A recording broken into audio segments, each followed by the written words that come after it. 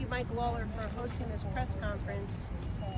As a member of the Select Subcommittee for the last 4 years, we have been trying to get answers from Governor Cuomo about what occurred. What was the information they based their decision on?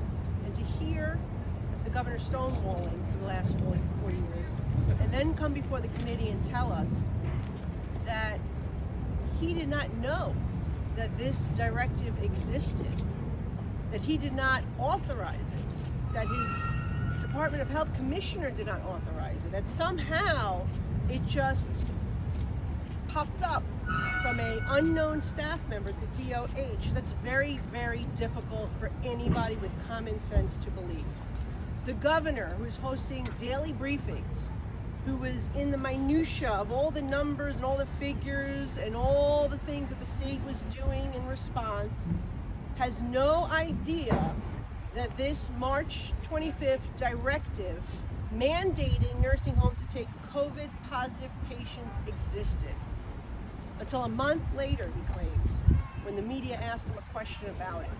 Does anybody believe that? It is outrageous to think that a governor that was so obsessed, so micromanaging, does not know that this type of mandate came out of his administration.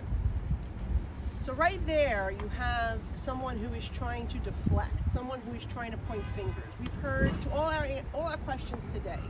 It was either this lowly staff member at the Department of Health who is unknown, we don't even know who it is. Think about that. The governor finds out about this directive that kills thousands of seniors a month later, and he did not do an internal investigation to find out who this lowly staff member, who is still unknown, who that person was.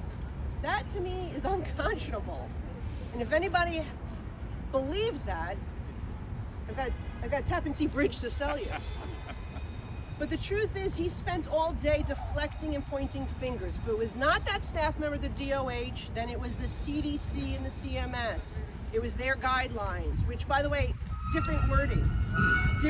That was not a mandate that came from CDC and CMS.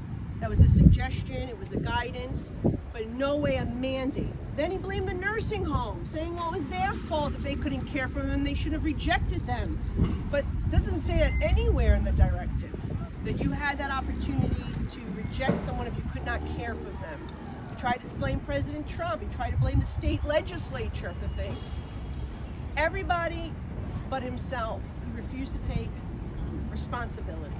And that is why our committee will continue to do our work. We will continue to speak with people in the administration. We'll continue to expose the lies and the discrepancies and the flaws of what occurred.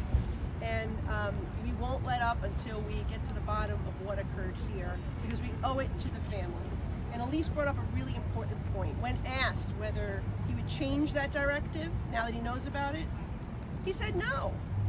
He said no.